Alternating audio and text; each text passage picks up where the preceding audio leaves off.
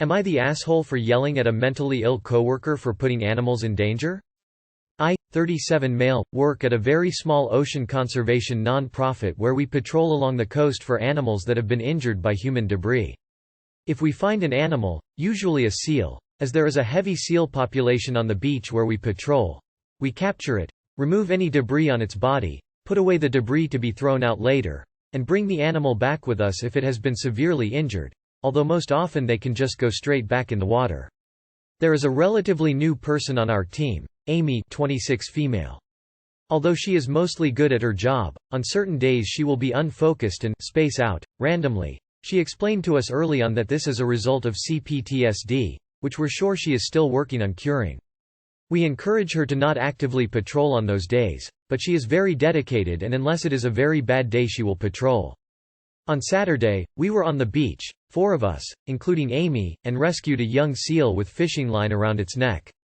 Amy subdued it while another person cut the line, and they both worked on unwrapping it from the poor seal. Amy didn't mention anything about today being bad, saying a few weeks ago that she was getting tired of us asking about it. Well, even before this rescue I could tell she was on autopilot, and when the line was fully unwrapped she just held it with a blank look in her eye.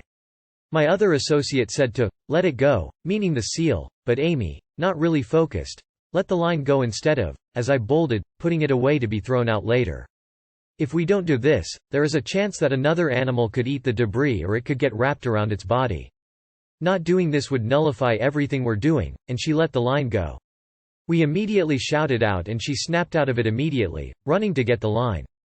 Thankfully she could catch it since it wasn't a very windy day. She apologized and put away the line. We were still all furious. We yelled at her for a minute or two about how unsafe that was and how she should have stayed back if she knew she wasn't having a good day. She didn't say anything, just sort of froze, but I saw her wiping her eyes before getting back in our truck. Although she still participates, I noticed she will barely communicate with me or look me in the eye, and I'm assuming it's the same with the others. Another coworker and her friend, who wasn't at the incident, sent me a message this morning saying that Amy told her what happened and told me that it was very wrong to yell at her when I know what she's dealing with. I am aware of this, but she was extremely unprofessional and could have harmed another animal. That is the antithesis of our entire operation. However, I know I could be the asshole because she has mental illness. Am I the asshole? Edit. I do think we could have been a bit less harsh, but we wanted to make sure she knew what we were talking about when we said not to participate. This is also for her safety. If she isn't fully focused when handling a larger seal it could attack. Even babies have very sharp teeth. Edit 2. I wasn't the one who asked her about her illness specifically, it just got around after she told another coworker. We are normally a very close-knit group. Most of us are good friends with each other, so this rarely happens. We weren't trying to bully her. We just wanted her to understand that she really can't refuse to stay back if it's going to be dangerous. I will say that I am from a country where mental health isn't valued the same as physical health or thought of as real in the same sense. I see that I should probably learn more to understand her point of view. I'm sorry for any grammar mistakes or confusing sentences. English is not my first language. You are the asshole. Shouting at her to snap her out of it? Fine. After that? Now, I'm not saying there should not have been some consequence for her action, but yelling at her for being unprofessional is unprofessional. As a person with CPTSD, it is also damaging.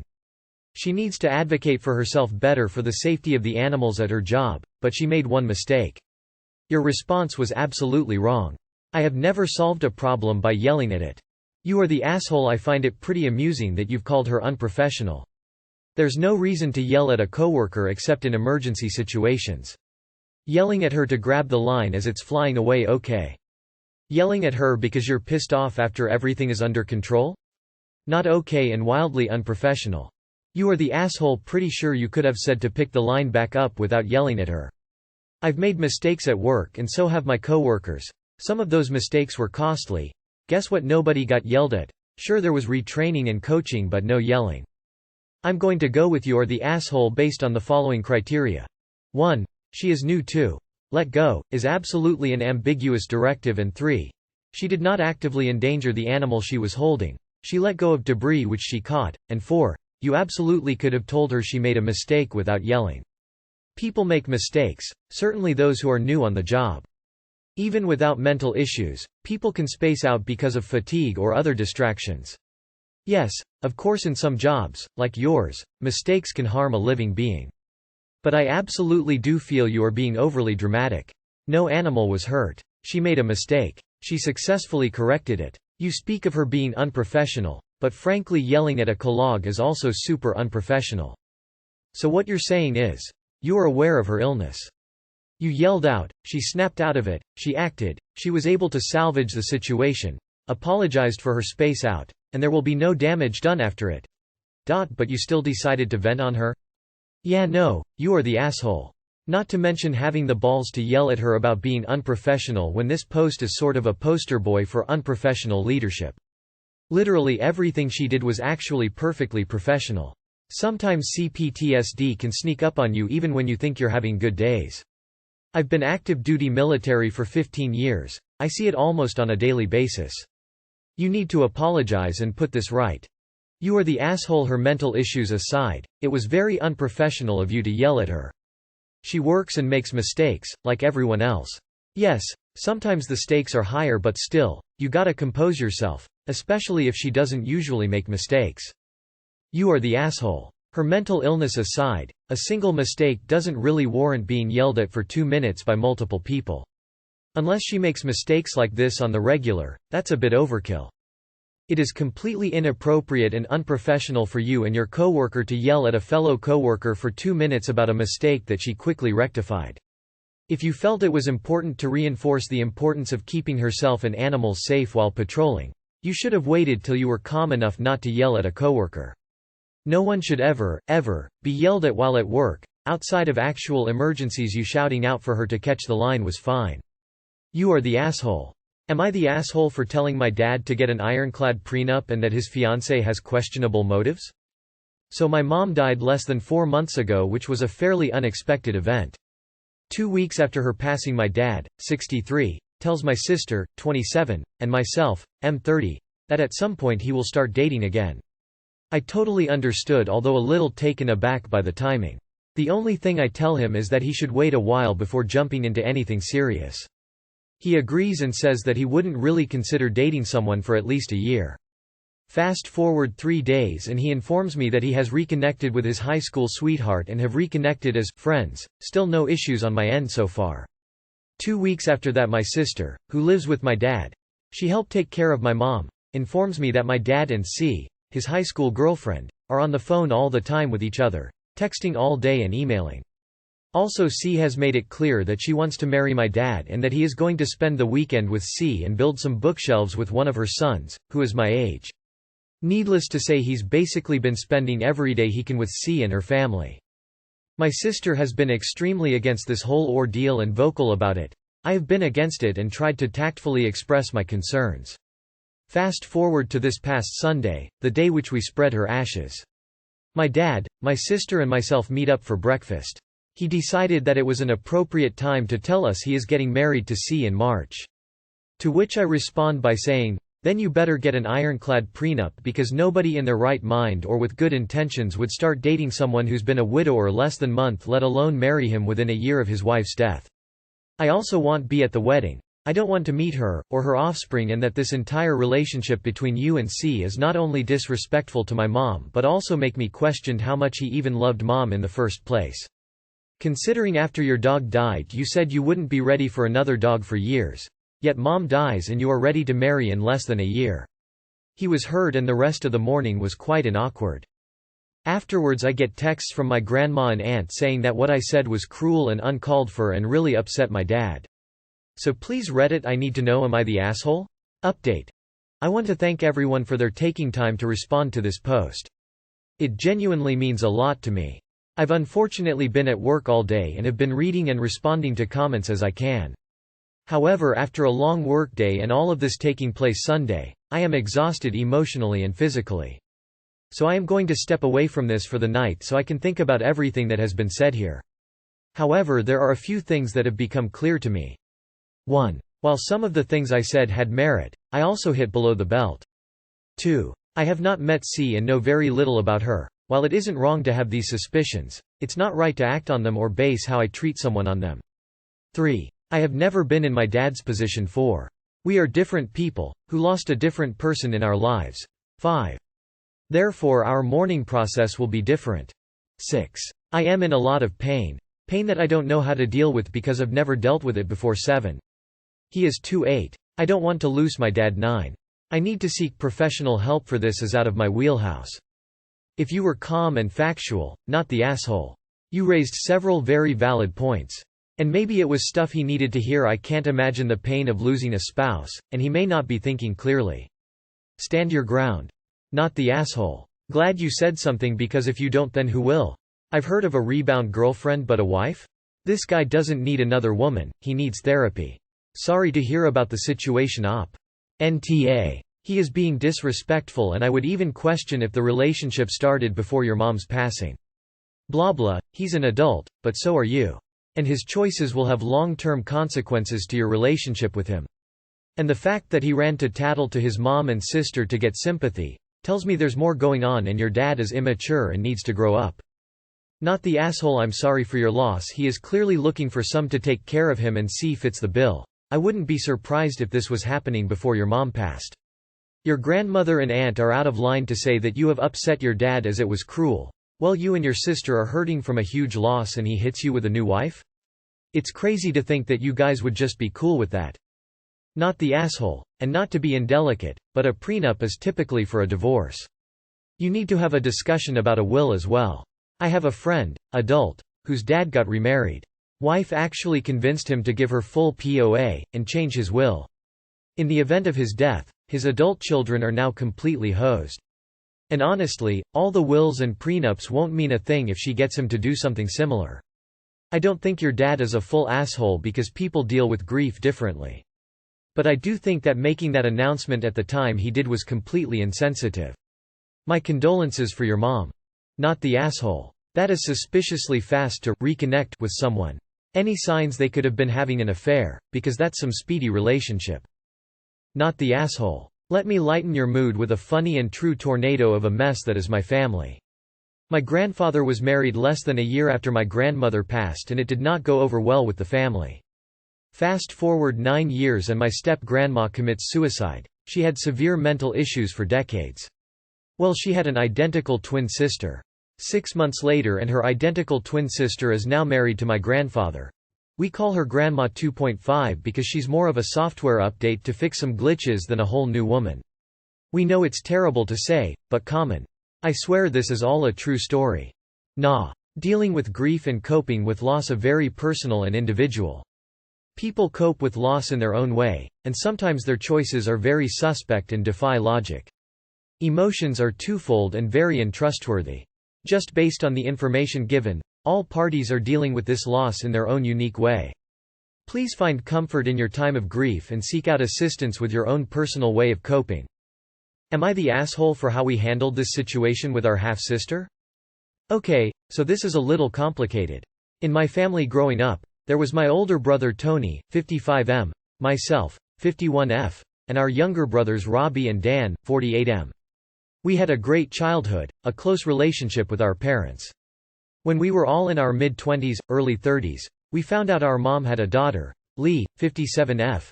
She had given up for adoption when she was a teenager. We all handled the news differently when Lee reached out.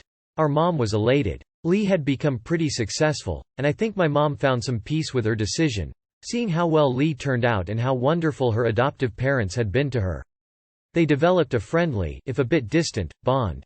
Of us kids, Tony took it best. He developed a pretty close relationship with Lee, inviting her and her family to graduation parties for his kids, weddings, meeting her and her husband a few times a year for drinks or dinner. On the other hand, Robbie. He struggled with Lee's reappearance. Robbie had a rough start in life, and struggled financially and also in his marriage. Lee had become a pretty successful attorney, was happily married to someone equally well off. If Tony tried to invite Lee to family events, Robbie would push back on it. Dan and I always persuaded Tony to just drop it. As a result, Dan, Robbie and I, as well as our families, do not have much of a relationship with Lee. Tony is the only one who has been consistently close with her. Our mom recently got sick, and things were going south fast. Our mom asked for Lee, So we told her what was going on, and to her credit, she came quickly and visited a lot with our mom in her final days. When it came time to pay the funeral costs, Robbie sat us down and tearfully admitted he could not pay his portion of the costs. None of us had the money to spot him. So we reached out to Lee and asked if she could pitch in. She agreed, which we were really grateful for. We held the funeral, and then we also had to have a smaller ceremony to scatter Mom's ashes. Here's where we might be Tony felt that Lee should be invited to the smaller ceremony, especially because we asked her for money for the funeral. Robbie felt the two were unrelated, that the money didn't matter because Lee has enough anyways, and did not want Lee in attendance of the smaller ceremony. He wanted it just to be us siblings who grew up together. Danny and I again talked Tony into dropping it. We had the ceremony and it was lovely, and I'm glad we had a private moment to say goodbye to our mom. But Tony doesn't feel similarly. He's been distant since the ceremony, and won't talk to Robbie. He says the right thing to do would have been to invite her, that she was still Mom's daughter and our sister, and that we at least could have explained to her why we wanted to have this moment just the four of us, instead of letting her find out on social media. He thinks we're the asshole for not including her, especially after asking her to contribute financially to the funeral. Are we? ETA. In case it matters, it may not, but I think some people are getting it mixed up. We had a large funeral ceremony that Lee contributed to financially that Lee attended. We had a separate, smaller ceremony with just myself, Tony, Rob, and Danny, and our immediate families, to spread Mom's ashes. You are the asshole. Did I read that right? You asked your half-sister for money and won't invite her just because Robbie is a 48-year-old man who's jealous of her success. This is ridiculous. You are the asshole. Lee is family enough to pay expenses but not family enough for the family ceremony? Yeah, you are Oz. Robbie sounds jealous of Lee, which is his problem to deal with. You and Dan sound like you have no convictions at all and just want to avoid trouble, so you do whatever Robbie doesn't object to. You have zero good reasons to be so cold to your sister who has done absolutely nothing wrong to you, and has instead been very lovely and kind to all of you. It's no wonder why Tony is being so distant with you. You gladly took her money after continually excluding her, and then openly snubbed her by denying her an invitation to the funeral she helped to finance. And you're unsure of who the Oz are in this situation? Really? Allow me to spell it out for you. You are the asshole. What a lousy bunch of people. Robbie is a grown-ass man with a lot of issues and somehow seems to be projecting all of his misfortunes on Lee. He's robbing you all of a good relationship with your half-sister, and you are enabling him. If any of this is actually true, you must know you are the asshole. Yeah, you are the asshole. Your half-sister is good enough to help pay for funeral costs like family, but not good enough to attend the family ceremony?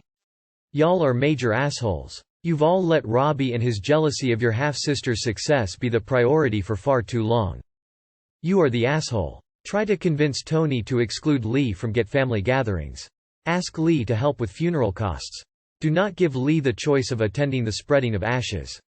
How can anyone not see how callous and ugly that is? But, good think your dead-beat grown man of a brother is still being enabled to further success in his life. You are the asshole. This woman was nothing but cordial and supportive, present when needed and respectful when unwanted. And your little brother gladly took her money but did not let her mourn her birth mother alongside her birth siblings because what? He doesn't even have a reason for resenting her, save for her mere existence. It's him you should have been tried to persuade all these years into not alienating an evidently kind and supportive woman, and instead, until the last moment, you just gave in to his unjustified tantrums. Tony is very right to call you on your very asshole behavior. You are the asshole. If she hadn't paid any money, then it would be okay to not invite her to the smaller one, but she has paid for it, so she should be able to go. Am I the asshole for not moving in with my grandma? So when I was about 6, my family had a fire safety discussion. I remember my dad telling me not to ever go back into a burning building for any reason. I understood. It was going to be a firefighter's job to get everyone out safely in case there ever was a fire. But then, my grandma who was living with us interjected, aiming the question at me. Oh, but wouldn't you come back for your grandma? My mom scolded her and told me to just forget that and to not worry about it, but I don't remember her telling me that it wouldn't come to that. All I remember was thinking, when, not if, there's a fire, it's going to be up to me to save my family. It doesn't matter that that was ridiculous or absurd. I was 6 years old, for crying out loud. So every night after everybody was already asleep, I would lay awake. Waiting for the house to burst into flames and for my family to die because of me. Only now, 12 years later, can I now admit that I was having panic attacks every night. Complete with hyperventilating, feelings of impending doom and death, and pure, unfiltered terror. I felt sure that I was going to die. Every single night. The slightest sound made my blood run cold, and I would often become drenched in cold sweat. So now, I'm all grown up. Still trying to shake the literal anxiety that all that gave me, trying to come to terms with the fact that our home isn't going to burn down, and I'm not going to die. The panic attacks still come back every now and then, but I'm getting better. But I didn't just wake up one day anxiety-free and fall out of it like an old habit. I walked out, taking every step myself, fighting every bit of it with all the mental strength I had. I didn't dare ask for help because I was the easy kid who never asked for anything. And now, 12 years later, my grandma, who has since moved to a ranch, asks me to come and live with her. I politely declined. My sister promptly blew up on me, spewing hateful words like venom. She all but screamed that I was ungrateful and how dare I refuse such an offer. Such a generous, gracious offer? So I told her about all the nights that I spent in terror, about the mental battle that I'm still fighting, and how hard it is to even think about that time. Which my sister just dismissed. She says that I'm being stupid and petty, and that I need to grow up and just let it go. And that I've been looking for a place to move to soon anyway, so I should take this opportunity. I've found cheap-ish apartments nearby and I already have a car and a job waiting for me. So Reddit, am I the asshole here? I really need to know so that if I am, I can change to make the situation better. Edit. Thank you so much to everybody for being so kind in the comments. I do feel, however, that I need to clarify that my grandma is far from abusive. And I hold no resentment towards her for her comment. She is actually one of the kindest people I know, and I know that she loves me dearly and I love her just as much, if not more. I now know that I was mentally blaming her for my anxiety, and that was wrong of me. Once again, thank you to everyone who helped me realize this, and thank you all for your kind words of reassurance.